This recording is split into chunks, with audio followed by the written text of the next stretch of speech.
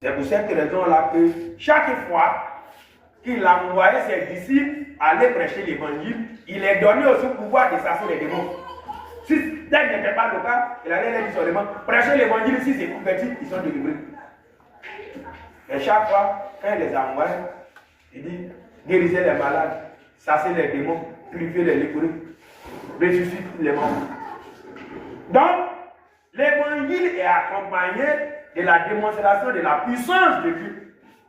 Comme Paul pouvait dire que le royaume de Dieu ne consiste pas seulement en paroles, mais dans la démonstration de la puissance de Dieu. Au début de notre conversion, nous ne sommes pas dit ça. Ils nous ont dit, il ne faut pas pécher. Sanctifie-toi, assure-toi, Jésus s'en charge du reste. Et c'est ce qui nous avons fait. C'est en ça que nous on a cru, et ça nous est pénalisé. Il dit la vérité que ça nous est pénalisé.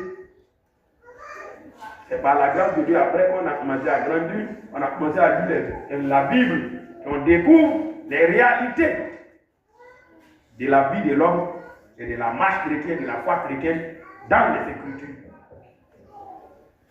Hier, nous avons lu dans un roi, pour que tu comprennes bien que il y a certaines situations que tu traverses là, ce n'est pas ta faute.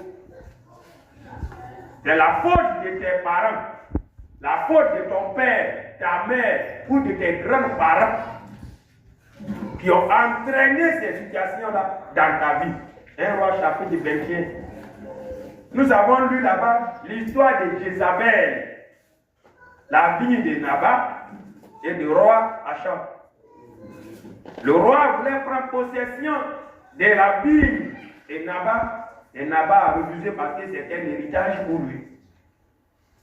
Et sa femme, Jézabel, a dit au roi, moi j'ai un plan.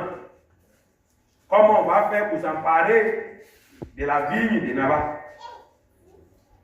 Et elle a monté un coup.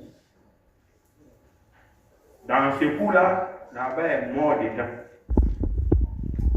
Et Dieu a décrété une malédiction contre la famille du roi. Dieu a dit, toi et ta famille, je vais vous punir. Frère, il faut commencer à nous lire à partir du verset 25 là. 1 Roi, chapitre 21. Parce qu'on n'a pas assez de temps aujourd'hui. Oui. Nous lisons. Il n'y a eu personne qui se soit vendu comme Akab pour faire ce qui est mal aux yeux de l'Éternel. Et Jézabel, sa femme, lui excite.